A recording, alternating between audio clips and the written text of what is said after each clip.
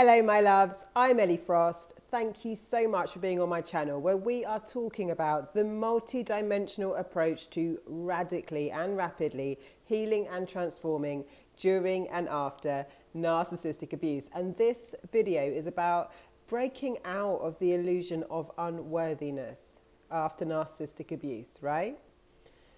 So I'm going to tell you just the truth of this concept, because for a lot of us, we're living our lives and we're trying to put a kind of almost keep score on what we think we're worthy of. Yeah. When in actual fact, God, the universe, doesn't do that. If you look at people that have got things that you might want, people who are in healthy relationships, people who have material things, things that you might desire to have and experience, they're not often any different to anyone else on the planet. They weren't more worthy. Many of them, haven't done anything necessarily that we could judge as worthy. So this whole idea of being unworthy is an illusion. Because God, the universe, isn't actually judging you on what you're worth. And if you get into, in healthy relationships, right, no one wants to be with someone who's judging their worth. Either there's someone who has the qualities, right, values, and the vision for both your life and their life that you want to kind of join, right? So relationships, by the way, in what I teach, work if you want a really good one. On a joint vision, you can have your separate visions for your life, but you've got to have a joint vision that's compatible and core values that are the same. If you don't have that, the relationship will never be that great, because there's a big disconnect on what really counts. But if you can have a joint vision for your lives that actually is compatible and your core values are the same, then you've got a chance of a really good relationship. The concept of being unworthy, undeserving, like you're not enough for something, it isn't how any of the world works. It's just something that we seem to have adopted to believe in, but it doesn't work that way.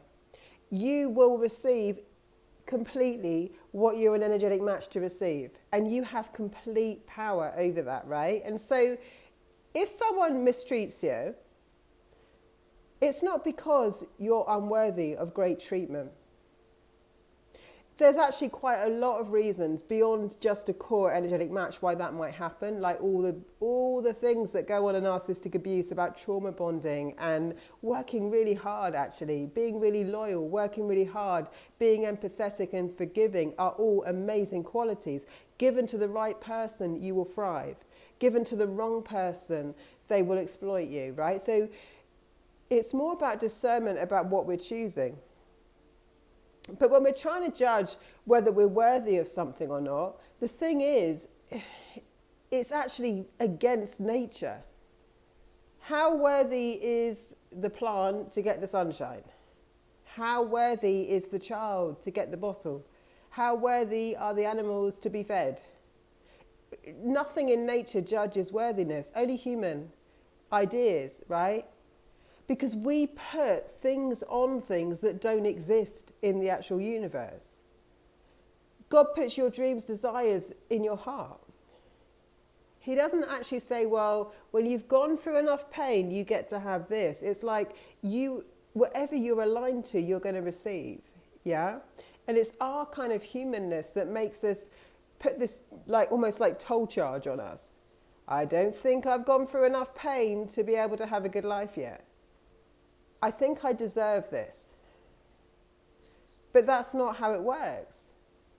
It works by your own decision, right? So honestly, you're worth whatever you decide you are. That's the truth. Will there be a lot of work you might have to do on yourself to be an energetic match to what you want? Sure. Yeah, but it's worthwhile work, right? It's the kind of work you do on yourself to develop yourself or make yourself better that's worth doing because it's fulfilling. It's not the kind of work you do where you feel like, oh, what a waste of time. because you're playing for a quality of life that's better, right? So when we put all this kind of judgment on, I mean, feeling like I'm worth more than this, or I'm worth less than this, or I deserve this, or I don't. Honestly, the universe can't hear you in that. It doesn't mean anything in quantum physics, in energy, in how God sees you. God sees you born worthy of everything you want. Completely, right? Not from an entitlement energy of like, I don't have to be an energetic match, but from a worthiness is not the thing in the universe. It's all based on energetic match. It's all based on our dominant frequency, and the dominant frequency will always be the strongest one in our system. So if our dominant frequency is our trauma, right, then we're going to attract more things that are going to equal more trauma. But if your dominant frequency is alignment with your desires, with what you actually want, then that's it.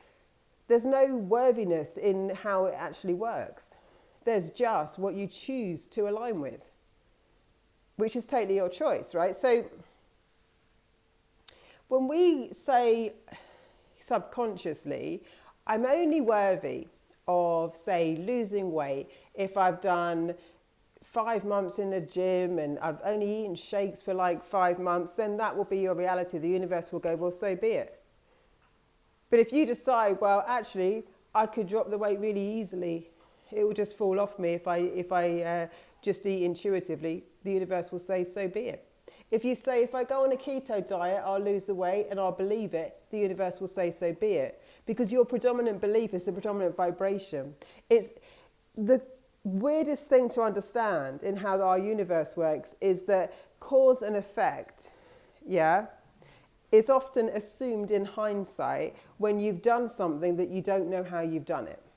But what is actually the most compelling reason why things happen are what you're aligned to and what you're not. So all you've got to do is get an alignment. Alignment means resonance. Like it means that you are predominantly energetically at a frequency to receive what it is you say you want. Right? So worthiness is a man-made concept that doesn't exist in the universe. It's like, if you look at anyone, like celebrities, people, how worthy are any of them? Did they do more than other people to get their job? No. There are so many people. Look at our society. Could you say that I believe in working hard personally, because I believe that makes you more likely, if you work towards something that you believe in, it makes you more likely to calibrate. But it's not because of hard work. It's because when we work at something, we get better at alignment to it.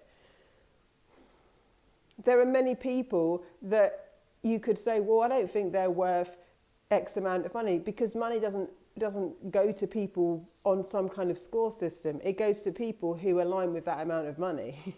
And then they are open to possibilities that would equal that alignment. Yeah? The narcissist does damage your self-worth, but your self-worth can be snatched back when you just decide you're not going to sell your soul. The hardest thing about narcissistic abuse is you're doing things for scraps, literally scraps, breadcrumbs, and you're selling your soul for it. That's the crazy thing. So when we say, I won't be sold, my integrity, my values, what I stand for as a human is not for sale. Not for a false sense of security, not for comfort, not for validation, not for pretend love. Then what? Then you're going to have to go into things that are unknown to you, right? But what you'll have is everything. Everything. Because you can't be fulfilled while you're selling yourself out. And if you are with narcissistic people, you have to sell yourself out to exist. Their friendship comes with strings attached. Their love comes with strings attached. You have to become what they need you to be. Authentic relationships are like we celebrate each other. We boost each other up, right? And I don't believe anything is of value on this planet unless you've got it authentically. If I've had to compromise a core piece of my soul, who I am at a core level to get it, it will never feel fulfilling. This is why people who get all the money but do it in ways that are not great and they're not narcissists end up on substances, because it doesn't feel good to have to abandon yourself to get in this world.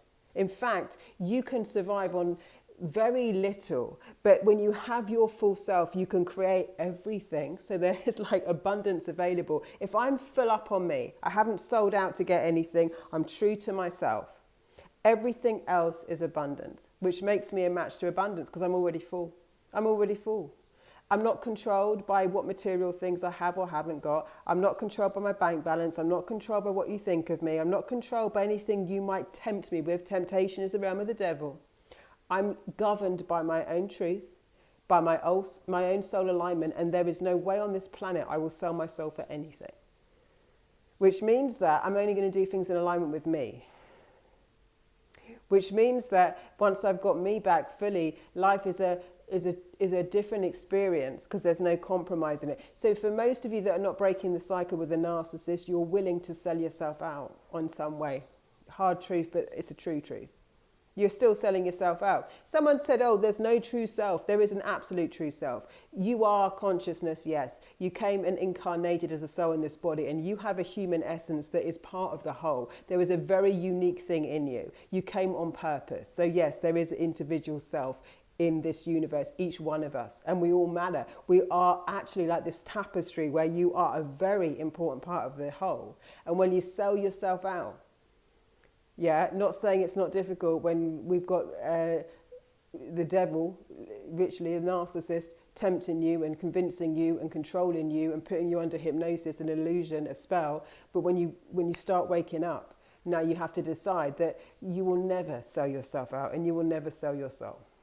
If you were unwilling to do that, even with very little, you could create very much.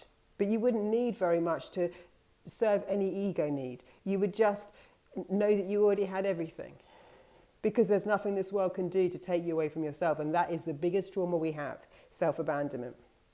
So if you want to join self, and it's still a little bit of time to join it, please think about what I'm saying. So many people are studying this and they're stuck in it, and it's actually something very unnecessary for you to be stuck in anymore, no matter how hard it's been, what you've been through, how traumatic. I went through terrible traumas, and I honestly, I know that you can break out of it, definitely doing the things I teach, faster than you would think. But honestly, your worthiness in this universe isn't the issue. You're measuring the wrong thing. Every day when you sell yourself out, every day when you abandon yourself, every day when you're not authentic, every day when you're less than you think you can be because someone else you've got to people please or pacify or make excuses for, every time you give yourself away, yeah? You're telling the universe you're not worthy. The universe did not decide that for you. In this universe, you have to go first. The universe follows your lead. When you say I'm worth more than this, the universe goes, okay, prove it. You think you're worth more than this? Prove it. Stand strong. Get rid of all those ways you abandon yourself. Get rid of all. It's not what you say, it's what you do. It's what you be. So you've got to be about it. When someone belittles you, invalidates you, you tell that person you won't accept that behavior from them and mean it. And if they do it again, you tell them no more. That's it. We don't interact anymore. No one can do anything to you that you don't consent to in this universe. It's free will. But we erode our soul every day and wonder why we don't have the world of our dreams, the life of our dreams, and tell ourselves stories that to get, you have to sell yourself out. You don't. The people that get in this universe and feel fulfilled are the ones that didn't sell a piece of, they actually honored their soul. These are the singers, the artists, the movie stars that actually are aligned with themselves and make themselves abundant from what they love and wouldn't care if the money came or not. They do it for what they love, but they also know there's no need to sacrifice. You haven't got to be without and true.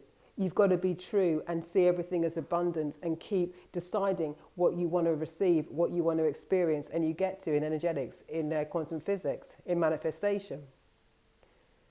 But if you're living a lie and you are believing or living like, well, in order to get this, I have to give that, which isn't aligned with me, you're not going to want to call in more abundance. Why? Because you're not going to want to sell yourself out even more. So the starting point is sovereignty, no more self-abandonment.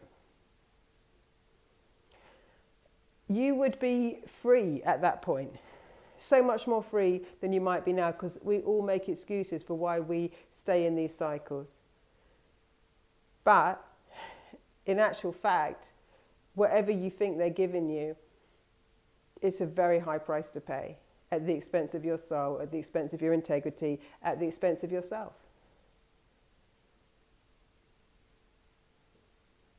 It can be sticky, but your worth was never a question. Yeah? It's what you're choosing to align. It's a free will universe. We've got to think about, how do I use my free will? Yeah? And drop every excuse we've got. Because when you really own that part, then you get to be worthy of what you decide you are. And then it's all about, well, how much are you going to stay with that? You might have to work hard sometimes for that. So what? It's a worthwhile thing to work towards. It's not worthwhile working on a relationship for someone that will never love you. It's not worthwhile working hard to improve yourself in the relation to someone that will never ever value you. But to work towards your best life, that's worth it. It doesn't have to feel like hard work when it's something that's true to your self-expression either. You haven't got to burn out in it. You've got to navigate yourself. But working towards things that are worthwhile feel very different to working towards things that will never ever give you pleasure and joy or grow you, right? They feel different. It doesn't feel like hard work. You'll look back and go, well, I don't know how I did all that, but I did. Did you have to decide you were worthy? Kind of. You just decide that your life gets to be better, and the universe goes, oh, okay, we got the memo. Now prove it. Yeah, you go first, the universe meets you. You go first, God meets you. You go first by saying, this no more, this is what I want. And then you will have to act in faith. You will have to have a prove it moment where you are calibrating to that energy. Because you're only going to be able to hold what you really are definite about.